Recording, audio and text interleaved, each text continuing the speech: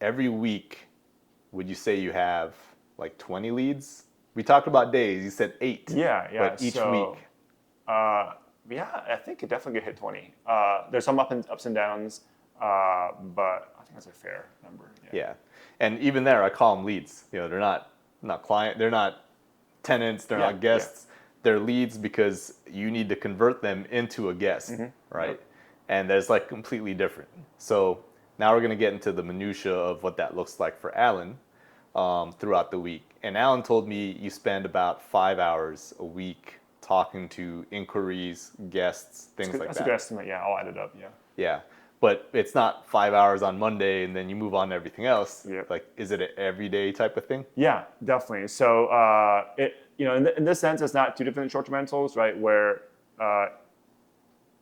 if you have one, if you have multiple, it's all the little interactions added up, right? So the key there is you have to be available, or if you're hiring someone, have them available to answer questions, because you can't be like, I'm gonna spend 1 hour each weeknight answering the leads, but if it's hours after someone reached out to you, they might have found something already, right? So each individual message is quick, right? A quick response, but it adds up, and then once someone gets more interested, then obviously more back and forth, it takes longer.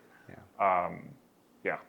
So that's one of those areas in this business where you wish you could outsource as quickly as possible. Yeah, we're actually in the process of training someone on the team to. I've been doing it for a while, but training someone that to do that process. Yeah. And this might be something we get to a little later, but I think one of the challenges for you mentioned people who are not having success with Furnished Finder. A lot of midterm rental owners who are self-managing have either a W-2 job or something else going on, where they can't just see a message pop up and respond right away, right? Yeah. If they wait till they get off work, then the lead kind of has gone cold. And also, if you kind of put yourself in the mindset of someone searching, maybe that person has their job and they have a few hours to kill. Like, I need to find something right now for my next city. Because they're busy too. And they spent a few hours doing it and they found one and moved on, right? So by the time you see the message after work, maybe they've already found the thing they were looking for. So you know your customer, it's someone who's also busy, and they're like, I have 3 hours to find a property. Yeah. And they're going for the person that's talking to them now. Yeah, they're not so picky. We're like, I want this one. I'll wait a long time to get back. They're just trying to find something. Yeah, and they might, if your property is really good. That nice, But then most times, even if it is, they're talking to multiple people, right? They're like, I'm gonna keep this one because it's nice in the back of my mind, but these two people over here have already replied. Yeah, exactly. So they're like, let me talk to these two people and keep this on the back burner. Yep. So that's totally different. I mean, that's more of a sales / service type of situation. Definitely. So this is not really for people who don't have time, I would say, right? Like, if you want to succeed on Furnished Finder, hear us up front. You're probably going to need to spend time on this, and it's not the amount of time; it's the speed of response. Yeah, right. It's the speed of response. Yeah, it's there's solutions around that, right? If you don't have that kind of schedule, like hiring a VA, right, which is a different thing to kind of learn how to do. But essentially, you need to have some system where you can respond to inquiries quickly. Whether that's, hey, I have a family member who's not working, so they just watch it for me, and then I'll follow with them later with something, right? Something that so kind of give you an example. This is me doing it, which is not my ideal because I'm trying to delegate it. But oftentimes, if I'm working at my desk and I have it set up where I get a text message if there's a lead or inquiry on Furnished Finder, I might be responding like immediately. So literally, that person sent out a housing request blast, and they might get a message from me in a few minutes, right? Yeah. And I wouldn't be surprised if that's the first one they're getting. Yeah, because you're just doing it right there, right? Because your mindset is I'm hunting for people to stay here. There's so much that can be said there in terms of who you hire as your property manager for midterm rentals. If you're a landlord or a property owner watching this, and there's also something to be said if you're thinking about becoming a manager of your own property or of other people's properties. You're not going to succeed on Furnished Finder unless you deal with that mentality, unless you come into it with that mentality. Anyone who's telling you this is automated is probably lying to you, unless they have some kind of software that. Or you have like a big team taking care of it. Oh, right, basically, yeah. So here you heard it here first. Yeah, it's not very automated of a situation. It's not, yeah. But that's why there's a lot of opportunity, because not a lot of people are willing to do this or understand what it takes. Yeah. So let's go back into these questions though. You have about 20 leads per week, and especially in months like September where you say that it's pretty slow. Alan told me that right now, how many? Eight out of 20. 8 or 9 are vacant right now. Yeah, like completely vacant, like nothing.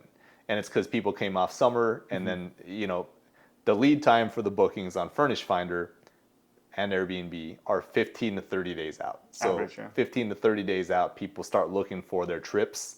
And right now, everyone's coming home for, from summer, they're trying to wind down. Maybe contracts are ending on travel nurses. Yeah.